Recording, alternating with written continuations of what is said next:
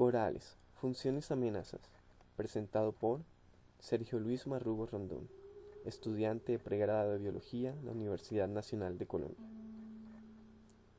Los corales son organismos invertebrados y marinos. Sin embargo, es pertinente aclarar que el término coral no es taxonómicamente correcto, debido a que agrupa varios clados de organismos, en mayor o menor medida parecidos, pero no conformando un grupo monofilético.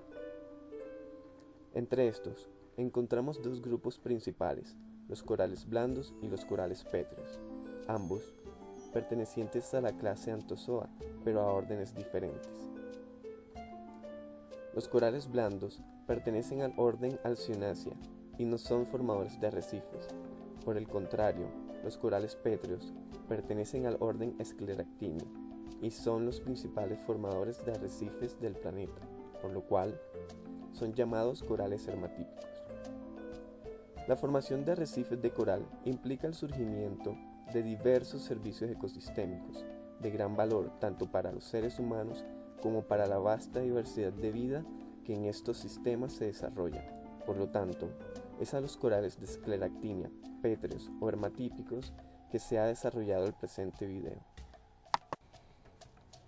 Diversidad y relaciones filogenéticas de los corales hermatípicos. Scleractinia o corales pétreos conforma un grupo de animales perteneciente al filo de los nidarios, clase Anthozoa, subclase Hexacorallida. Tales corales llevan cerca de 200 millones de años de evolución sobre la Tierra. Los corales pétreos son organismos por lo general coloniales y viven sobre estructuras de carbonato de calcio secretadas por ellos mismos en forma de aragonita. Por otra parte, el orden Scleractinia se encuentra formado en la actualidad por 39 familias, de las cuales cerca de 14 hacen parte importante de los arrecifes de coral. Si bien las relaciones filogenéticas entre los corales pétreos no se encuentran resueltas de forma consistente a nivel de familia, género o especie, hace que se requiera la reubicación de grupos, desaparición y creación de otros. Sin embargo, el carácter monofilético del orden se encuentra comprobado por análisis morfológicos y moleculares. Asimismo, hay una clara distinción a nivel genético que da lugar a dos linajes separados, denominados respectivamente corales robustos y corales complejos. Independientemente de lo anterior, es importante dejar la noción que los corales de Scleractinia son un grupo heterogéneo de organismos cuyas distribuciones geográficas son variables, es decir, diferentes familias o especies se encuentran en diferentes mares. Asimismo, es heterogénea la organización de sus sexos, por lo cual podemos encontrar organismos gonocóricos, es decir, con la división usual masculino-femenino, u organismos hermafroditas. Forma y función de los corales pétreos. Los corales, al pertenecer al filo de los nidarios, son organismos diblásticos, es decir, poseen dos capas germinativas que darán lugar a dos tejidos básicos, la epidermis y la endodermis, o también llamada gastrodermis, con una única cavidad corporal, la cavidad gastrovascular. En los corales existen diversos grupos celulares, desde luego asociados a funciones específicas, que a pesar de la sencillez de estos organismos, les permiten realizar actividades básicas como la contracción muscular, la transmisión de señales y percepción básica de su entorno con un sistema nervioso en red. Asimismo, les permiten procesar su alimento. Sin embargo, es remarcable la presencia de células especializadas, llamadas nidocitos, que juegan un papel importante en la captura de sus presas, y son el carácter que une a todo el filo como un grupo natural. Por otra parte, los pólipos de los corales, que son las unidades fundamentales que conforman las colonias, poseen una simetría básica radial, expresando un eje oral con un disco oral rodeado de tentáculos en múltiplos de 6, y un eje aboral donde se adhieren al exoesqueleto de carbonato de calcio. De igual manera, el cuerpo de cada pólipo se encuentra dividido por invaginaciones de la gastrodermis, llamadas septos o mesenterios, Al igual que los tentáculos, estos se encuentran en múltiplos de 6, de los cuales algunos pueden unirse al tejido que conforma el disco oral llamado faringe. Tales mesenterios proveen de soporte al cuerpo del animal y le permiten retraerse dentro de la copa de carbonato de calcio en caso de amenaza. Se ha dicho en el presente video que los corales conforman colonias compuestas de muchos pólipos. Dichos pólipos que secretan carbonato de calcio lo hacen en procesos controlados, lo cual genera patrones de crecimiento del exoesqueleto en formas particulares, dando lugar a diferentes morfologías de colonia. La morfología en las colonias de corales pétreos tiene grandes implicaciones en la ecología de cada especie, permitiéndole adaptabilidad diferencial a cada factor abiótico en un sitio determinado. Más allá de lo anterior, los corales hermatípicos son organismos en su mayoría simbióticos. Esta asociación es compuesta por el coral y algas dinoflageladas denominadas zooxantelas. Dichas algas pertenecen por lo general al género Symbiodinium. Las zooxantelas se alojan en las células de la gastrodermis y son capturadas por los corales mediante diferentes mecanismos. El efecto de esta asociación tuvo y tiene hoy en día repercusiones muy importantes para la supervivencia de los corales y la evolución de los sistemas de arrecifes.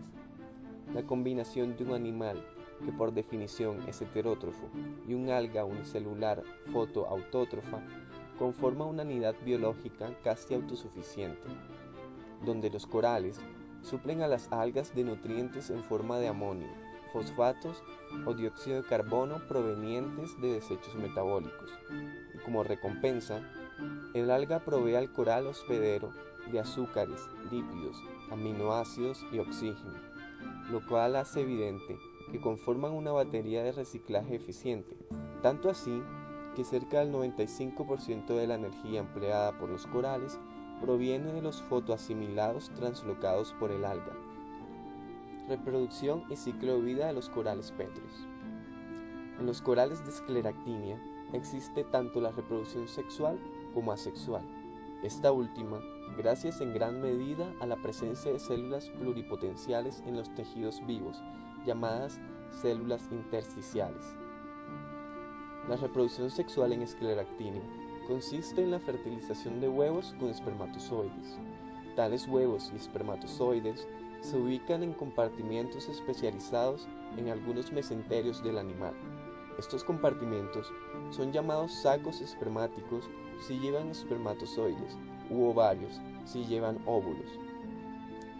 Cabe resaltar que cada uno de estos poseen conductos hacia la cavidad gastrovascular, donde subsecuentemente serán liberados al mar. La reproducción sexual en estos organismos se da generalmente externa, en eventos de liberación sincronizada de espermas y huevos al mar. Por lo tanto, el desarrollo en su totalidad toma lugar en el océano. Sin embargo, existen especies de corales capaces de tomar el esperma liberado al mar a través de la apertura oral, generando un tipo de fertilización interna, la cual desemboca en la formación de estadios de desarrollo al interior del parental para su posterior liberación al océano.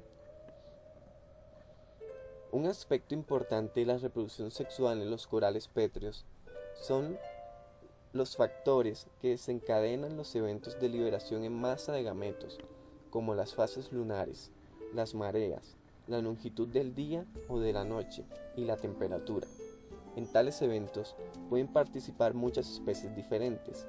El más grande y conocido es la liberación en masa de la Gran Barrera de Coral en Australia, la cual ocurre entre 2 a 5 días después de la luna llena en octubre, noviembre y rara vez en el mes de diciembre. Por otra parte, el ciclo de vida de los corales de Scleractinia es relativamente sencillo e involucra pocas etapas, una dominante bentónica y otra planctónica y corta. Luego de la fertilización, los corales pétreos desarrollan una etapa de larva llamada larva plánula, la cual es ciliada, por lo tanto constituye un mecanismo de dispersión excelente. Dicha larva se asienta en un sustrato adecuado poco tiempo después de haberse desarrollado, dando lugar por metamorfosis a un pólipo primario. Dicho pólipo primario comienza a formar una colonia y a secretar carbonato de calcio hasta pasados 3 a 5 años para alcanzar la madurez sexual.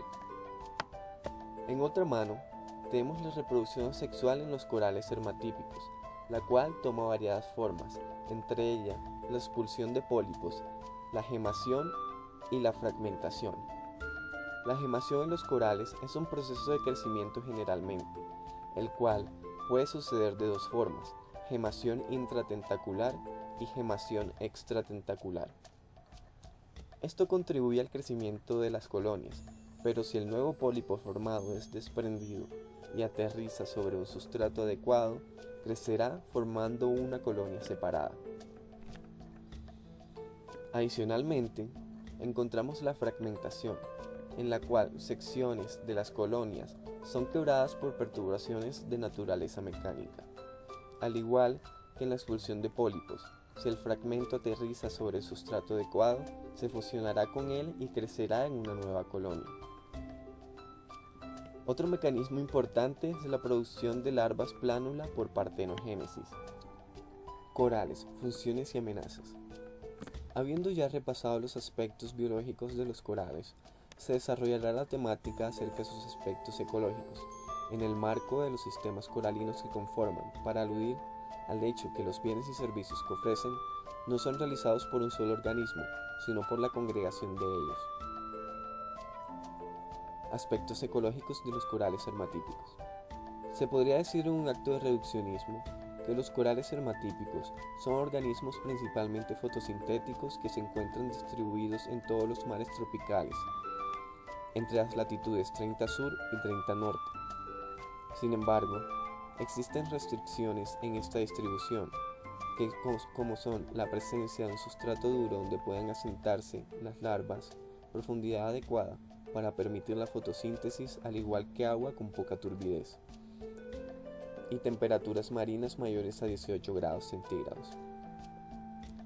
Los arrecifes de coral, a pesar de poseer altísima diversidad de organismos, requieren de aguas oligotróficas, es decir, mares pobres en nutrientes minerales, lo cual provoca la pregunta: ¿de dónde surge la mencionada diversidad de los arrecifes de coral? La respuesta es poco esperada. Tal diversidad surge gracias a la matriz de esqueletos coralinos, lo cual genera alta heterogeneidad espacial, la cual a su vez brinda de multitud de hábitats diferentes, donde pueden desarrollarse otros organismos. Respecto al flujo de nutrientes, los sistemas coralinos son altamente eficientes en el reciclaje de estos. Sin embargo, la mayoría del consumo del sistema no es llevado a cabo por los peces, sino por los microorganismos y otros organismos detritívoros. Por lo cual, puede decirse que la producción secundaria del ecosistema se encuentra basada en el procesamiento de este tipo de materiales. Asimismo, nutrientes como el nitrógeno son producidos en abundancia al interior de las barreras de coral debido a altas tasas de fijación biológica. Sin embargo, es importante dejar claro que la posición de los corales en la cadena trófica depende de la perspectiva en que se vea.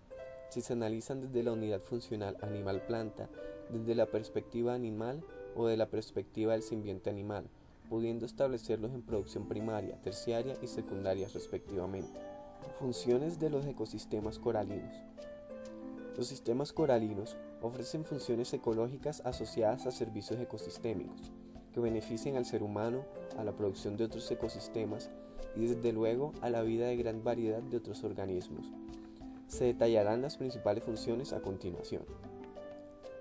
Protección a las líneas costeras.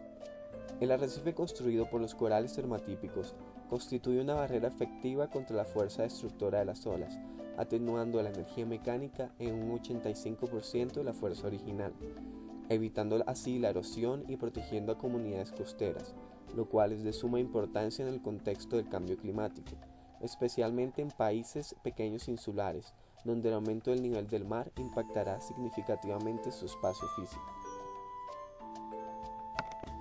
Provisión de alimentos. Los arrecifes de coral ofrecen cerca del 10% de las capturas de peces totales en el mundo.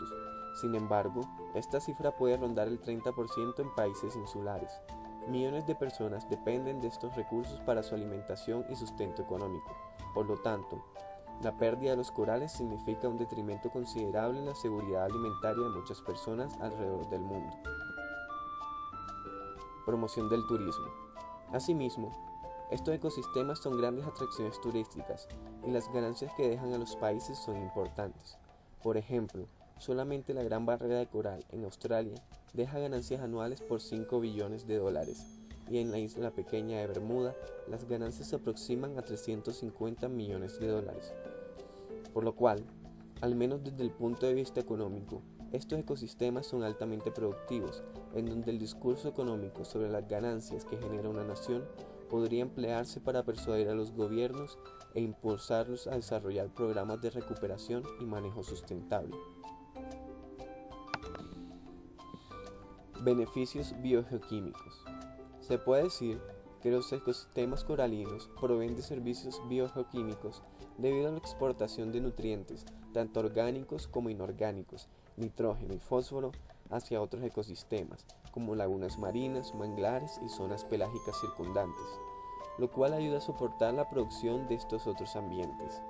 Por otra parte, los arrecifes de coral son sumideros de dióxido de carbono solamente a escala geológica, mediante la formación de depósitos de carbonato de calcio. Por lo tanto, actualmente son emisores netos de este gas de efecto invernadero. Amenazas de los corales hermatípicos. Podemos decir que las perturbaciones que afectan a los corales tienen diferentes alcances, tanto locales como globales. Se abordará el tema dividiéndolo en las principales problemáticas que los afectan. 1. Enriquecimiento con nutrientes y sobrepesca. Podría decirse que el enriquecimiento de nutrientes y la sobrepesca son dos caras de la misma moneda, es decir, son perturbaciones que se encuentran relacionadas, logrando un efecto común. En el caso de los corales, tanto la sobrepesca como el enriquecimiento de nutrientes sientan las bases para generar cambios de fase hacia ecosistemas dominados por macroalgas. Es sabida que tanto la exclusión de herbívoros, los cuales controlan las poblaciones de algas, como el enriquecimiento por nutrientes, son fundamentales en forma inorgánica para el crecimiento de dichos organismos, contribuyendo al aumento en la biomasa y diversidad de las macroalgas. Cambio climático. El cambio climático provoca varias perturbaciones globales que afectan directamente la supervivencia de los corales del orden Scleractinia, como son el aumento de las temperaturas marinas, aumento de la acidez del mar y el incremento en la frecuencia de las tormentas tropicales. Aumento en la temperatura del mar. El aumento en la temperatura del mar ha tenido como consecuencia para los corales la expulsión y pérdida de algas zooxantelas. Este fenómeno es llamado blanqueamiento. El aumento en la incidencia del blanqueamiento en la actualidad es atribuido al cambio climático. Las altas temperaturas ocasionan estrés oxidativo en las membranas mitocondriales de los pólipos de coral y como síntoma se produce el blanqueamiento de estos. Adicionalmente, el aumento de la temperatura incrementa la incidencia de enfermedades provocadas por bacterias en los corales. Incremento de la acidez de los océanos y de las tormentas tropicales. El pH de los océanos es ligeramente alcalino, pero debido al cambio climático se ha reducido un 0.1 en la escala del pH. La acidificación de los mares disminuye la cantidad de carbonato de calcio precipitable, por lo tanto, los corales no pueden integrar carbonato de calcio suficiente y se hacen susceptibles a la erosión. Paralelamente, el aumento de la intensidad de las tormentas tropicales causa daño físico a los arrecifes de coral, de tal manera que estos mueren, su estructura física se destruye y los organismos oportunistas, como las macroalgas, son los colonizadores más rápidos. Para finalizar las amenazas, encontramos la sedimentación. Los efectos principales de la sedimentación sobre los corales son la reducción de la tasa fotosintética debido al aumento de la turbidez del agua, al menos a corto plazo, disminución en la cantidad de clorofila y expulsión de zooxantelas. Sin embargo, no solo se limita a estos, altos niveles de sedimentos pueden provocar la muerte del tejido vivo en los corales. Igualmente, la presencia de sedimentos produce un alto gasto energético en los corales debido a la respuesta fisiológica que presentan en general de incrementar la secreción de mucus, por protección y limpieza. Asimismo, el reclutamiento de las larvas se ve reducido debido al que el sustrato duro donde pueden asentar queda cubierto con material blando. Consideraciones finales. A lo largo del video fue posible entrever la sencilla biología de los corales hermatípicos y también algunas complejidades de sus interacciones con otros organismos, como son la asociación con algas zooxantelas, la cual les permite sobrevivir donde pocos organismos competidores son capaces. Asimismo, se han vislumbrado los grandes beneficios que brindan a la sociedad. Sin embargo, queda claro que son organismos susceptibles a gran cantidad de perturbaciones, que en general son ocasionadas por la mano del hombre, donde el poco tiempo en el que ocurren tantos cambios son el verdadero enemigo de estos animales. Cabe resaltar que la pérdida de los corales significa la pérdida de muchas otras formas de vidas en el planeta, labradas a través de millones de años de innovaciones evolutivas.